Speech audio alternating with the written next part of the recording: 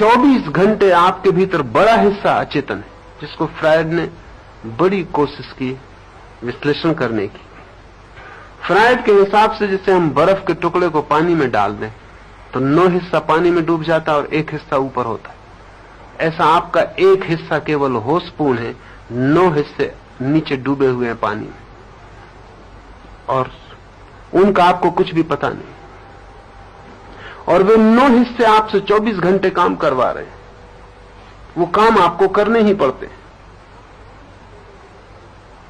और आप निर्णय भी ले लें कि नहीं करूंगा तो भी कोई फर्क नहीं पड़ता, क्योंकि निर्णय 1 हिस्सा लेता है। उससे 9 गुनी ताकत के मन के विचार भीतर दबे पड़े, वो उसकी सुनते भी नहीं।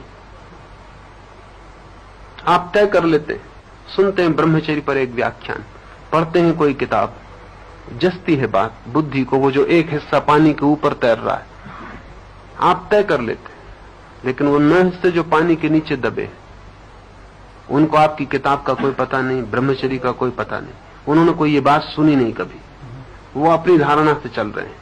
वो मिले हैं 9 हिस्से आपको जन्मों जन्मों की लंबी यात्रा में, अनंत संस्कारों, पशुओं, पौधों, वृक्षों से गुजर के उनको आपने इकट्ठा किया। वो अब भी वही है, उनको कुछ पता भी नहीं है, वो अपने ही ढंग से चलते हैं। उनकी ताकत 9 गुनी ज्यादा है। जब भी कामना मन को पकड़ेगी तो वो जो 1 हिस्सा है नपुंसक सिद्ध होगा, वो जो 9 गुने ताकतवर हैं वो शक्तिशाली सिद्ध होंगे, और वो आपको मजबूर कर लेंगे। और उनकी मजबूरी इतनी शक्तिशाली है कि वो आपके इस 1 हिस्से को भी तर्क देंगे, और ये 1 हिस्सा भी रैशनलाइज करेगा, ये भी कहेगा कि छोड़ो, ये सब ब्रह्मचर्य वगैरह में कुछ सार नहीं, और ये भी कहेगा कि ब्रह्मचर्य साधना तो जल्दी क्या है, अभी जिंदगी बहुत पड़ी है।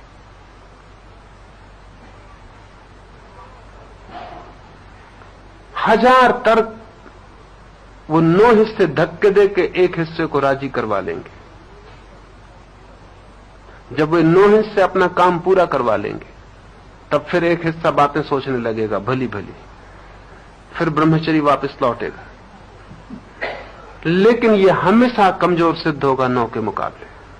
ये अड़चन है प्रत्येक मनुष्य की। जो मनुष्य भी थोड़ा जीवन को बदलने की कोशिश में लगा है, उसकी ये कठिनाई है कि वो तय करता है लेकिन पूरा नहीं हो पाता। कृष्ण कहते हैं देवी संपदा तभी सक्रिय होगी जब कोई व्यक्ति ज्ञान योग में निरंतर दृढ़ स्थिति हो, होश इतना सधा हुआ हो। जितना ज्यादा होश सधता है उतना ही पानी के ऊपर बर्फ आना शुरू हो जाता है। जितना ज्यादा आप होश का प्रयोग करते हैं उतना ज्यादा आपका अचेतन कम होने लगता है, चेतन बढ़ने लगता है। और एक ऐसी स्थिति भी है टोटल अवेयरनेस की, परिपूर्ण प्रज्ञा की, जब आपका पूरा का पूरा मन प्रकाशित होता है, होश से भरा होता है।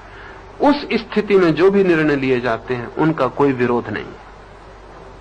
उस स्थिति में जो भी आप तय करते हैं वो होगा ही, क्योंकि उससे विपरीत आपके भीतर कोई स्वर नहीं। उस स्थिति में जो भी जीवन है वहां कोई पश्चाताप नहीं। उस जीवन में सभी कुछ आनंद है और सभी कुछ अद्वैत है।